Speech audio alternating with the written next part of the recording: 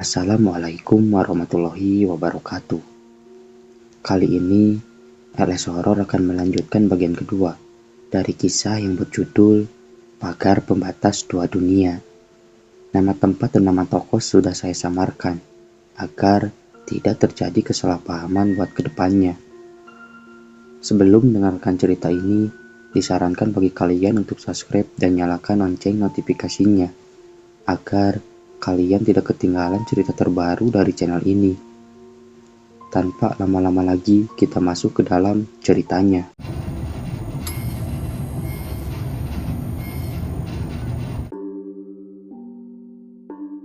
Bangun-bangun saat itu hari sudah mulai pagi.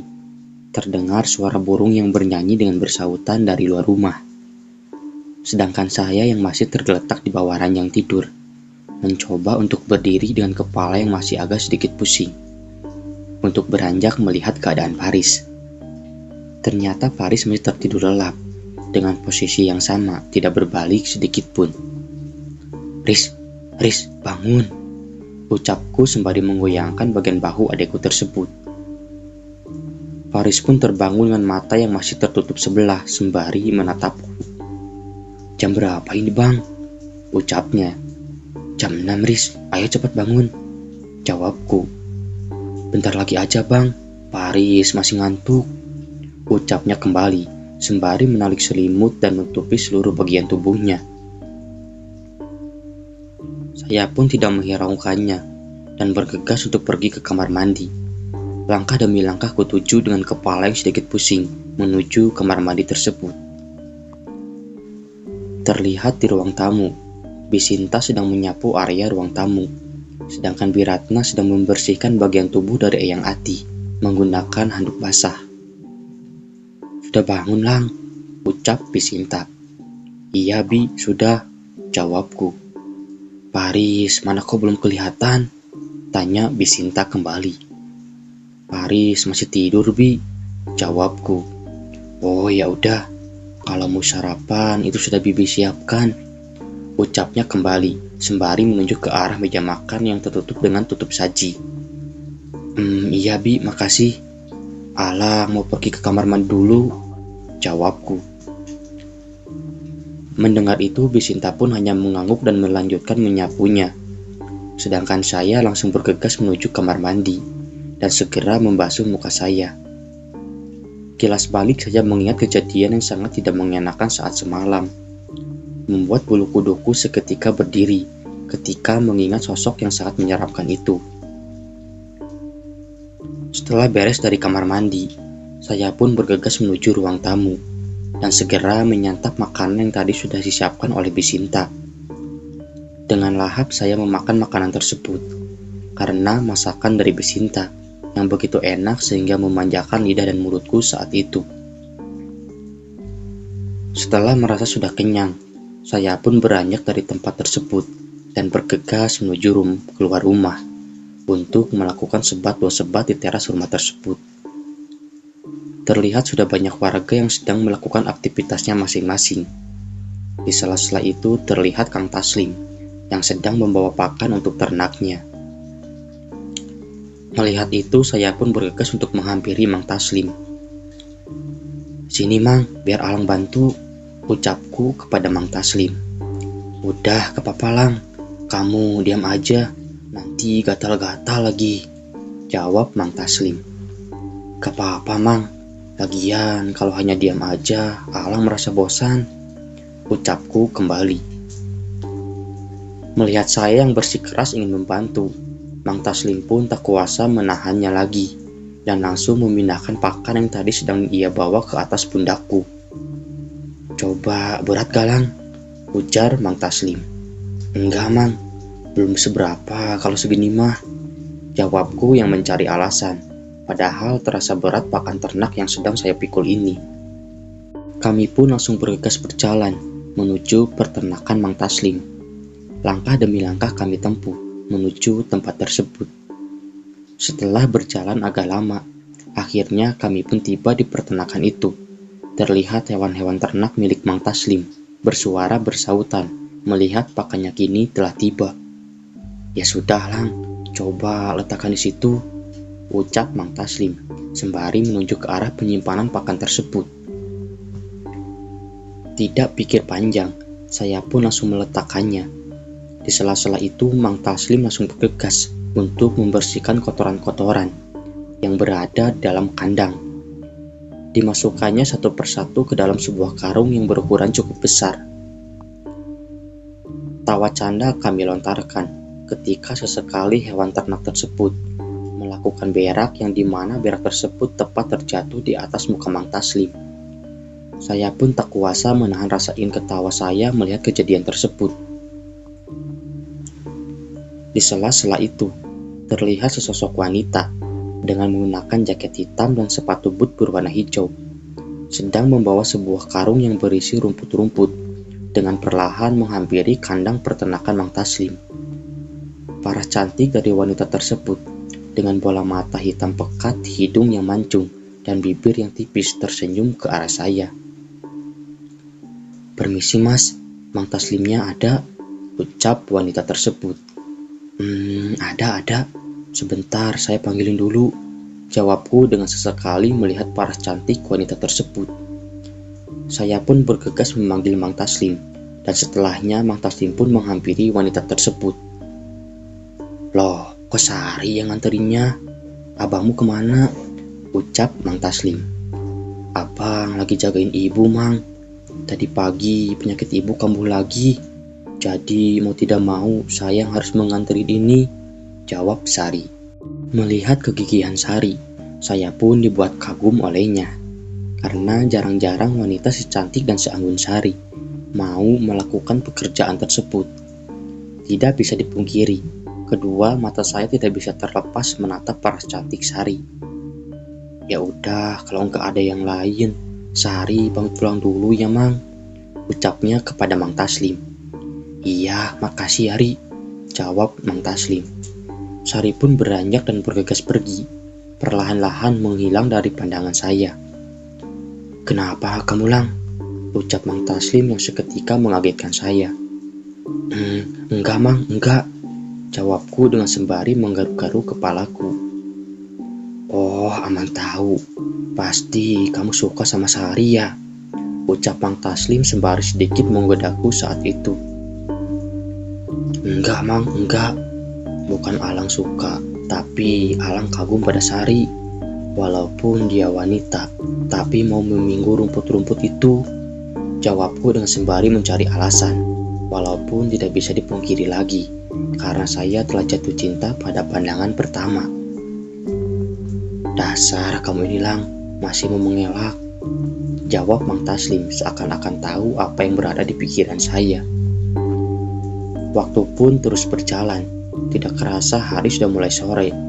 Saya dan Mang Taslim yang sedang mengobrol sontak dikagetkan dengan suara panggilan yang tidak lain dan tidak bukan, itu adalah Paris. "Ada apa, Paris?" tanya Mang Taslim. "Itu Mang, tadi Paris suruh Bisinta, katanya Empok Ati meninggal," ucap Paris. Sontak mendengar ucapan Paris, Mang Taslim pun segera berdiri. "Yang benar kamu, Riz," ucap Mang Taslim. "Bener Mang, tadi Bisinta dikasih kabar oleh warga yang lain," jawabnya kembali. "Ya sudah, sampaikan ke bibi kamu, tunggu Amang pulang, nanti kita barengan melayatnya." Paris pun mengangguk, akan paham dari apa yang diucapkan Mang Taslim, dan bergegas kembali ke rumah. Saya dan Mang Taslim, yang masih berdiam diri di kandang tersebut, langsung bergegas memberi makan ternak terlebih dahulu, dan setelahnya berjalan pulang ke rumah. Di perjalanan pulang, saya mencoba menanyakan siapa Empok Ati tersebut. "Sebenarnya siapa Mang, Empok Ati yang meninggal barusan?" ucapku. "Empok Ati adalah ibu dari Sari, gadis yang tadi datang mengantarkan rumput itu, Lang," jawab Mang Taslim. Sontak aja mendengar jawaban dari Mang Taslim, saya pun dibuat kaget olehnya. Sekilas teringat akan Sari, entah rasa sedih apa yang sedang ia rasakan sekarang, karena telah ditinggalkan oleh ibunya. Langkah demi langkah kami tempuh untuk segera tiba di rumah. Setelah tiba, saya dan Mang Taslim langsung bergegas untuk membersihkan tubuh kami terlebih dahulu. Dan setelahnya kami langsung berangkat menuju rumah Mpok Ati. Di perjalanan terlihat para warga yang lain sedang menuju tempat yang sama, yaitu untuk melayat. Isak tangis terdengar setibanya kami di rumah duka. Terlihat Sari dan abangnya yang sedang meratapi kepergian ibunya yang sudah terbujur kaku tertutup kain kapan putih di atasnya. Kami pun langsung bergegas mendekati mayat dari Mpok Ati. Terlihat paras cantik Sari yang sudah dibasahi oleh air matanya. "Sudah, Ri, ikhlaskan ibumu. Sekarang ia telah tenang, tidak perlu menahan rasa sakitnya lagi," ucap Mang Taslim mencoba untuk menenangkan Sari. Sari pun hanya bisa terus menangis saat itu. Bola matanya yang sadu mencerminkan kesedihan yang sedang dia rasakan saat ini. Mang Taslim dan para warga yang lain pun membagi tugasnya masing-masing. Sebagian memandikan jenazah dan sebagian lagi menggali liang lahat. Proses demi proses pun kami lakukan dan alhamdulillahnya berjalan dengan lancar sampai proses akhir, yaitu memakamkan jenazah. Saya dan Mang Taslim yang berdiri di samping kuburan tersebut mencoba membujuk Sari dan abangnya untuk segera bergegas kembali ke rumah. "Sudah, Sar, ayo kita pulang. Meski sekarang kalian sudah tidak punya siapa-siapa lagi, masih ada Amang yang akan memperhatikan kalian," ucap Mang Taslim. Sari pun sedikit demi sedikit memutuskan untuk kembali ke rumah. Langkah demi langkah kami langkahkan meninggalkan makam tersebut. Waktu pun terus berlalu. Tidak kerasa waktu itu menunjukkan pukul 8 malam. Saya yang sedang berada di rumah bersama Mang Taslim dan yang lainnya melakukan perbincangan demi perbincangan yang kami lontarkan. Iya Lang, Amang jadi teringat Sari dan abangnya," ucap Mang Taslim. "Coba kamu antarkan makanan ke rumah Sari. Siapa tahu dia belum makan," ucapnya kembali, sembari menyuruh Bisinta untuk membungkus makanan ke dalam sebuah rantang. Bisinta pun langsung mengangguk, akan paham dari apa yang suaminya itu maksud. Satu persatu Bisinta memasukkan makanan tersebut, setelahnya diberikan kepada saya. Tidak pikir panjang, saya pun langsung bergegas menuju rumah Sari. Suasana pedesaan yang begitu sunyi hanya diterangi oleh obor dan cahaya bulan sebagai penerangannya. Langkah demi langkah kutuju menuju rumah Sari. Hanya ada segelintir orang yang berada di luar saat itu. Terdengar suara binatang malam yang bersuara saling bersautan, seolah-olah sedang bernyanyi di bawah kegelapan malam ini. Tidak berselang lama, saya pun tiba di rumah Sari. Suasana sepi menyelimuti tempat tersebut. Saya pun dengan perlahan-lahan menghampiri rumah itu. "Assalamualaikum," ucapku sembari mengetok pintu tersebut. "Waalaikumsalam," jawab seorang wanita dari dalam rumah, yang tidak lain dan tidak bukan adalah Sari. Dibukanya pintu secara perlahan, dan keluar seorang wanita yang membuat jantungku berdebar dengan sangat kencang, karena melihat wajah cantik Sari, yang masih menggunakan mukena berwarna hijau, menambah kecantikan dari gadis tersebut. "Siapa ya?" ucap Sari sembari melirik ke arah wajahku. "Maaf, saya Alang, keponakannya Mang Taslim. Ini disuruh sama Amang buat nganterin makanan," jawabku sembari memberikan makanan tersebut. "Oh, dan Alang, padahal jangan repot-repot. Kalau gitu, sini masuk dulu, nanti Sari buatin teh anget," ucap Sari kembali. "Gak apa-apa, di sini aja Sar.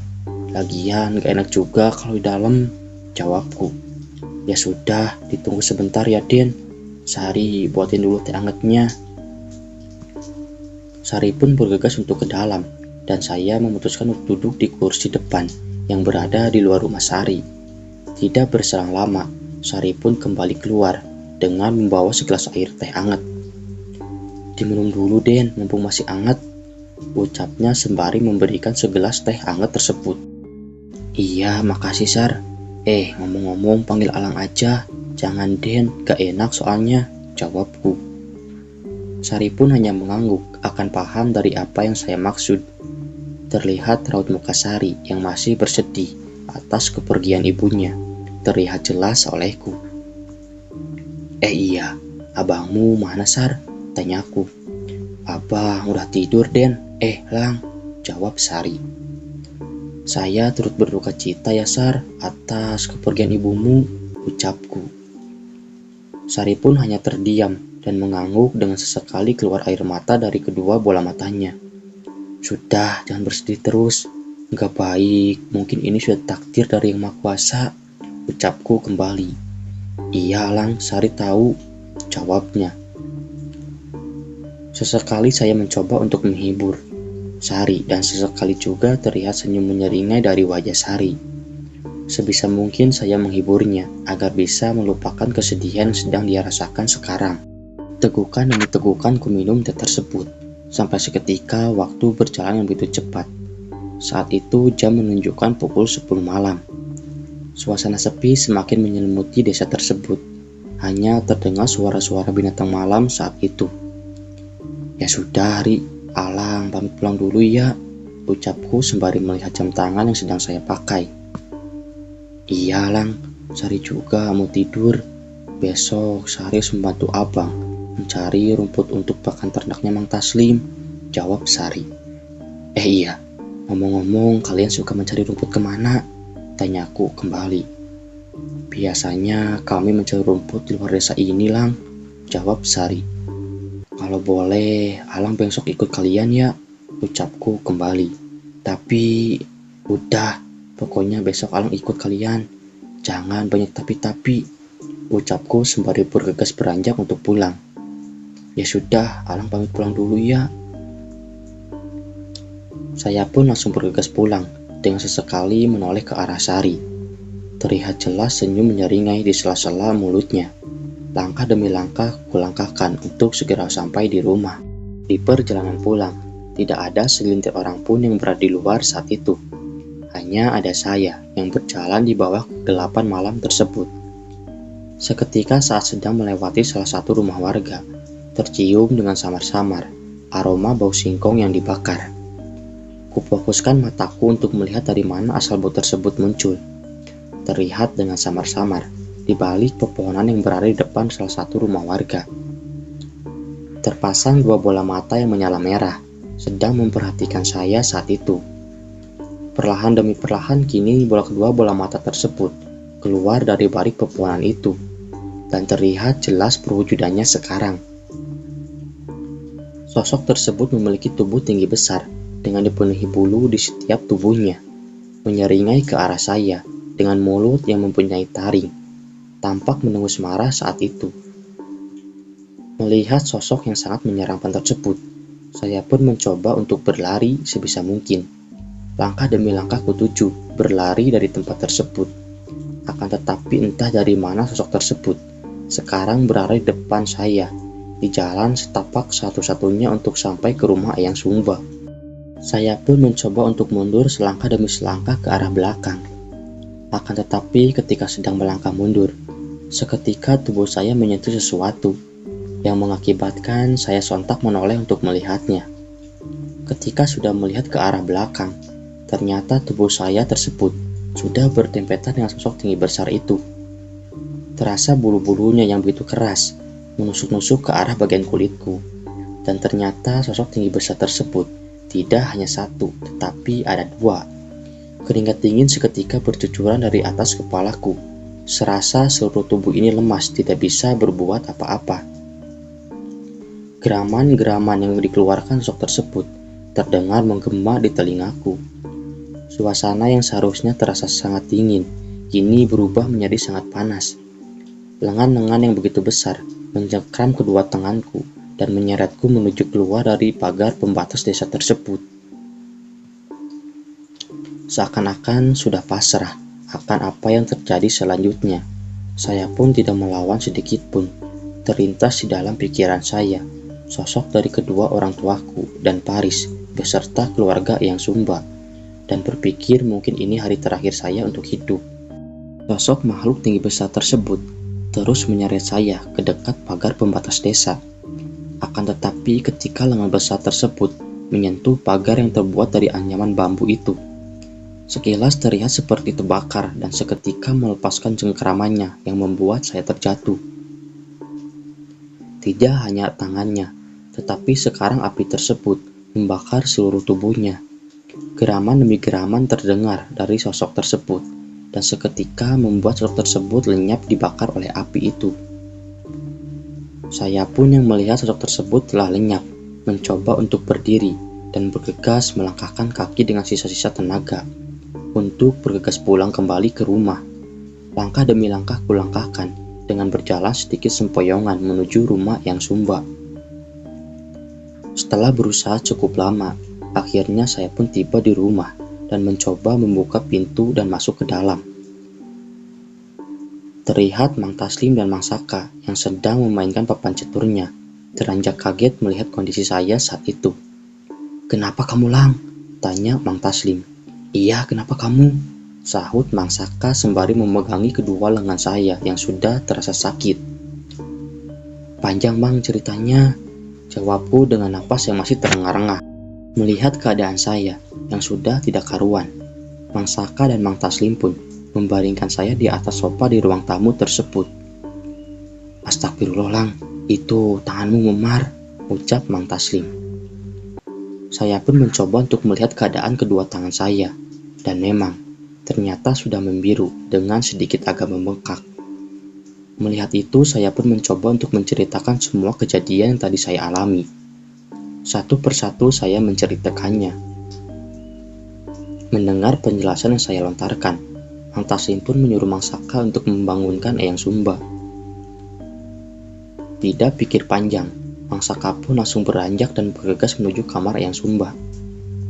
Tidak berselang lama, Mang Saka pun kembali disusul dengan Eyang Sumba yang berjalan di belakangnya.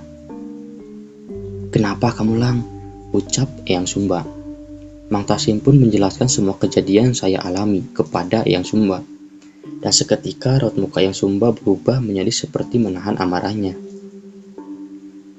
"Sialan, berani-beraninya demit rendahan itu melukai cucu Eyang," ucap Eyang Sumba dan bergegas melihat luka memar di kedua tangan saya. "Sini, ulurkan tanganmu, Lang," ucap Eyang Sumba kembali. Dan seketika kulit keriput Eyang Sumba menyentuh kedua lengan saya. Aneh tapi nyata, seketika luka memar yang tadi nampak jelas berada di kedua lengan saya hilang dengan seketika. "Sekarang kamu istirahat dulu, Lang," ucap Eyang Sumba. Mang Taslim pun memapa saya untuk pergi ke kamar. Setibanya di sana, terlihat Paris yang masih tertidur sangat lelap dengan dengkurannya membuat saya dan Mang Taslim tersenyum seketika. Saya pun langsung dibaringkan di ranjang tersebut bersebelahan dengan Paris. "Ya sudah, kamu sekarang tidur aja, Lang. Amang mau menemui Eyang Sumba dulu," ucap Mang Taslim. "Iya, Mang, makasih," jawabku. Mang Taslim pun beranjak dan perlahan-lahan bergegas keluar dari kamar. Saya pun teringat akan kejadian yang tadi saya alami. Bulu kuduk saya dibuat berdiri dengan sendirinya kala saat membayangkan perwujudan seram dari sosok tersebut. Di sela-sela saya sedang ingin memejamkan mata untuk segera tertidur, sekilas terdengar suara-suara samar percakapan dari arah ruang tamu, yang tidak lain dan tidak bukan percakapan dari Eyang Sumba dan kedua amang saya. "Ini gimana, Yang? Alang sudah diganggu oleh demit-demit itu," terdengar samar-samar suara dari Mang Taslim. "Kamu tenang aja, Taslim, biar Eyang yang menjaga Alang dan demit-demit itu. Nanti Eyang yang akan memikirkannya," jawab dari Eyang Sumba. Panjang lebar mereka sedang berbincang di ruang tamu tersebut, dan seketika saya pun tertidur lelap.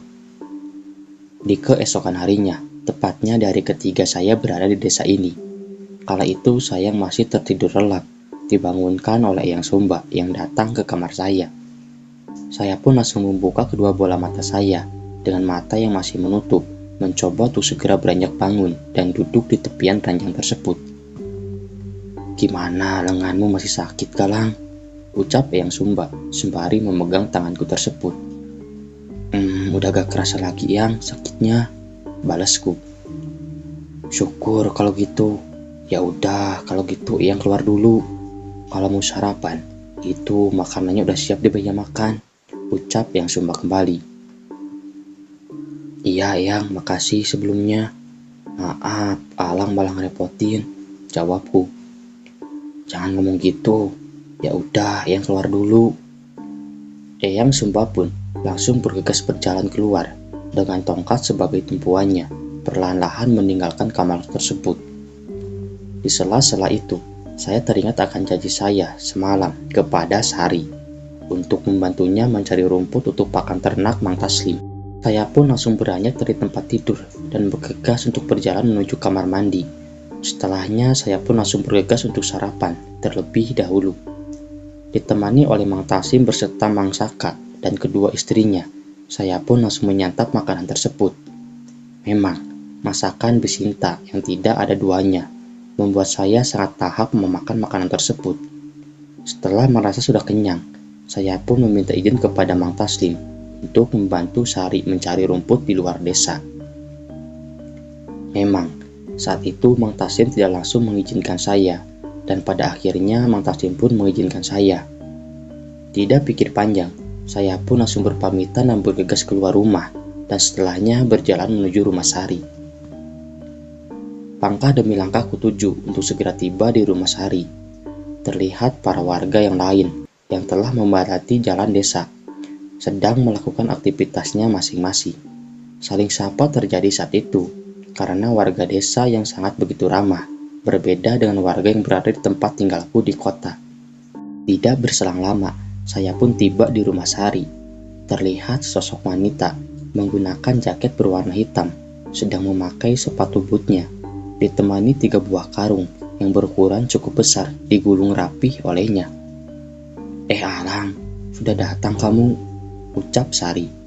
Iya nih, kebetulan tadi bangun pagi, jadi langsung pergi ke sini, jawabku. Sari pun hanya membalasnya dengan anggukan dan terlihat sedikit senyum di sela-sela mulutnya. Iya, ngomong-ngomong abahmu di mana? Tanyaku. Dia telah berangkat dari subuh, jawab Sari.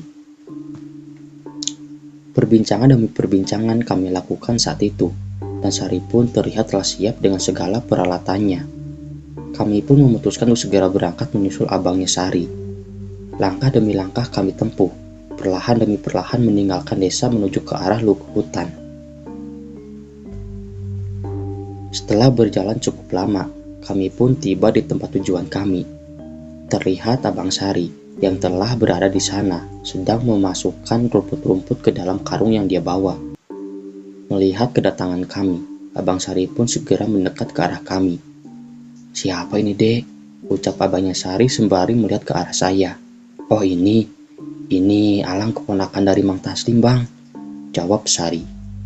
Oh Mas Alang, saya Tisna abangnya Sari, ucap Tisna sembari mengulurkan tangannya ke arah saya. Saya Alang bang. Ngomong-ngomong apa boleh saya ikut mencari rumput dengan Sari? Jawabku. Boleh-boleh aja mas, tapi nanti tangannya bisa gatal-gatal, ucapnya kembali. Gak apa-apa bang, sekalian belajar juga. Soalnya kalau hanya berdiam diri di rumah, saya merasa bosan, jawabku kembali. Mendengar ucapan saya, Bang Tisna pun mau tidak mau mengizinkan saya untuk membantunya mencari rumput. Mulailah saya dan Sari mencari rumput di dalam hutan tersebut. Terlihat Sari dengan lihainya memainkan parangnya ke arah rumput-rumput tersebut. Di sela-sela itu saya mencoba bergantian dengan Sari untuk mencari rumput tersebut. Terlihat tawa menyeringai Sari, kadangkala ia melihat saya mencari rumput. Ya memang, saya yang belum terbiasa menggunakan parang tersebut, sedikit kesusahan untuk menggunakannya. Sudah, sini Lang, biar Sari aja yang mencari rumput.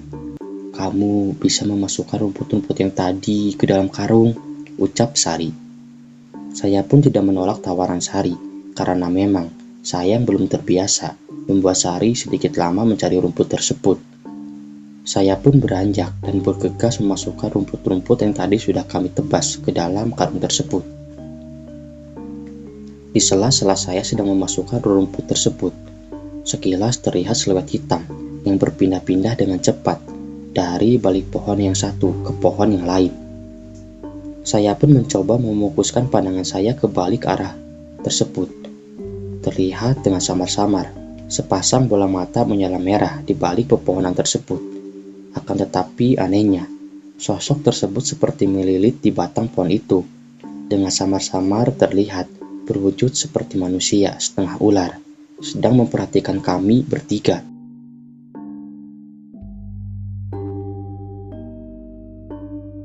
Dulu cerita yang kali ini saya bawain. Bagaimana kelanjutan dari kisah ini? Nantikan di part ketiga. Dan bagi kalian yang suka, boleh like, comment, and share cerita ini. Dan terus dukung channel ini agar bisa menyajikan asupan-asupan horor bagi kalian. Dan salam horor.